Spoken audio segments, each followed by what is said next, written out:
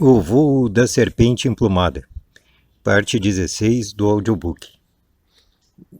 O vuelo de la serpente emplumada, por Armando Cossani, México, Distrito Federal. De tudo isto, o que me interessou foi a ideia de que um bom vizinho pode ser só quem pague ao caixa.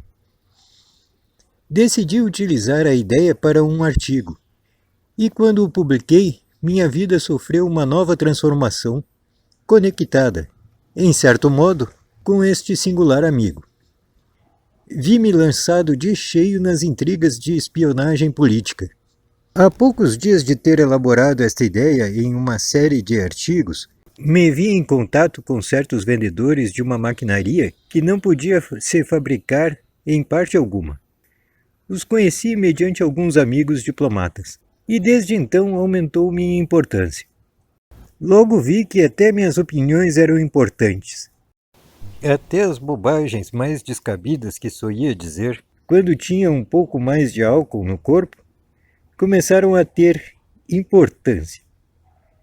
A importância e a consideração que me atribuíam não estribava nem em minha inteligência, nem em meu juízo crítico, pois fazia tempo que não utilizava nenhuma dessas duas funções.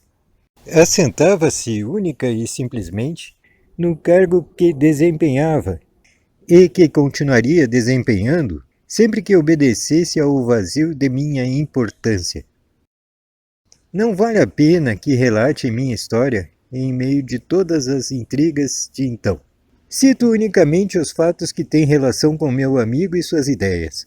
Porém, o que pude observar nos políticos, diplomatas e espiões com quem alternava contato, daria lugar a uma formidável comédia humorística, se não fosse pelas trágicas consequências que traz consigo a atividade desta fauna e flora de nossa cultura. Observo que estou escrevendo com certo rancor, e não o oculto. E se meu amigo pudesse ler isto agora, seguramente diria algo mais ou menos assim. Não tens aprendido a perdoar. Ainda dormes. Tua flora e tua fauna não podem deter nem mutilar a vida. Ao escrever isto, percebo quanta saudade sinto por ele. Quanto me apena o não estar a seu lado agora. Mas voltemos ao relato. Uma noite me convidou a jantar com ele. Minha confiança não havia diminuído. Falamos prolongadamente e com grande jovialidade. Contei-lhe minhas observações e ele sorriu carinhosa e compreensivamente, como significando: os pobrezinhos não têm culpa. Depois de jantarmos, fomos juntos a meu apartamento, que contrastava muito com aquela simples peça de pensão na qual havia vivido tantos anos antes de chegar a ser importante. Olhou tudo em silêncio. Recordando essa noite, vejo quão insípida foi minha conduta. Comecei por mostrar-lhe orgulhosamente todas minhas posses, os títulos de ações, a roupa, um simpático bar em miniatura, meu canto esportivo com seu saco de areia, o saco de pugilista, as luvas de boxe e os pesos de ferro, e minha formosa bicicleta italiana. Quando terminei minha exibição, disse-lhe com tom orgulhoso: que te parece? Perfeito, me disse. Pouco te falta para ser um cretino completo. Não me refiro a isto, à comodidade, senão a tua atitude até todo este bem-estar e o dano que tu mesmo te estás fazendo. Não te entendo, lhe disse. Ganho bastante dinheiro, vivo bem e desfruto da vida. A que preço? Não o encontro tão terrível, protestei. Não sejas puritano, só te falta censurar as digitais de mulher que has encontrado. Quem sabe sejam as digitais o único decente que te vá ficando. Mas é a tua vida. Vive-a como te dê a gana. Senti um vago temor ao ouvir essas palavras.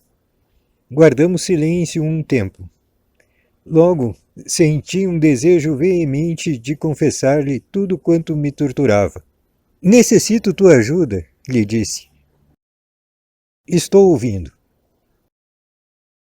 Expliquei-lhe todas as coisas que se haviam convertido em um pavoroso dilema em mim mesmo.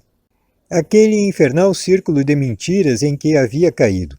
Escutou com grande atenção. Me fez algumas perguntas para aclarar certos pontos que não queria expor abertamente. Refleti um instante quando tive terminado. Que me diz? Perguntei-lhe. Que queres que te diga? O que devo fazer? Corta pela raiz. Rompe com tudo. Deixa tudo isto e começa de novo.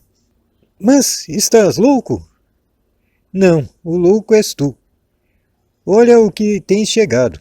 E, dirigindo-se ao banheiro, tirou do closet um frasco que continha comprimidos de um estimulante com o que devia ativar diariamente meu sistema nervoso, para poder tolerar semelhante trem de vida. Quando lhe vi com o frasco na mão, me dei conta de muitas coisas. De seu enorme poder de observação, de sua real bondade e do carinho que me professava. Mas eu sentia que as coisas tinham ido demasiado longe para mudar. Baixei a cabeça em silêncio. Menos mal que te fica um pouco de vergonha, me disse. Aproveita-la e retoma o fio de tua vida, antes que termine de todo. Dentro em pouco passarás deste estimulante às drogas. E quando sintas a necessidade de fugir do lixo em que vives, o saco de areia e tuas luvas de boxe desaparecerão, e porás quadros pornográficos em seu lugar. Agora pode te ajudar esse amor que há na tua vida.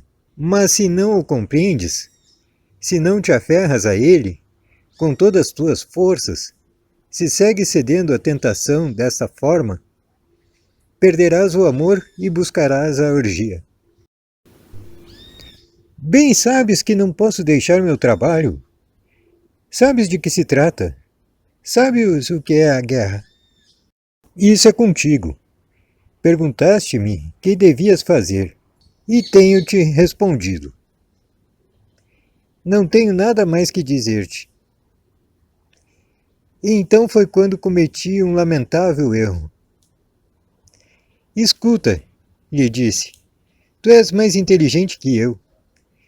Te darei a metade de tudo que tenho, e de tudo quanto ganho se me ajudas a sair disto. Olhou-me em silêncio, sem dizer uma só palavra. Dei-me conta, demasiado tarde, da forma em que eu o havia ferido. Vi como a seus olhos assomaram as lágrimas. Afastou-se abrumado por uma singular tristeza. E quando já estava na porta, disse: 30 moedas de prata. Senti desejos de pedir-lhe perdão, mas algo me conteve. Acerquei-me ao bar e, enquanto me servia um copo de uísque, recordei aquela outra cena silenciosa que parecia haver ocorrido em um passado já demasiado longínquo. Aquela vez que, na igreja, eu havia exclamado merda, e ele havia respondido amém. Bebi o uísque de uma só vez.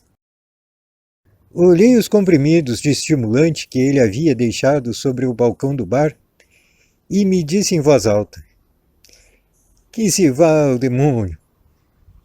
Bebi o uísque até embriagar-me. Capítulo 8. Passou o tempo.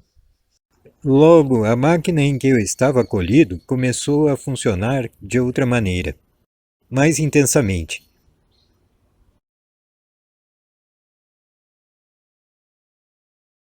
Muito obrigado por assistir ao nosso canal. Se gostou, se inscreva, deixe seu like, comente e compartilhe, por favor. Acima há um link de um livro grátis, Hercólogos, que ajuda a ter um melhor entendimento da vida, ensinando a morte do ego, nossos defeitos psicológicos e o desdobramento astral, ter consciência nos sonhos.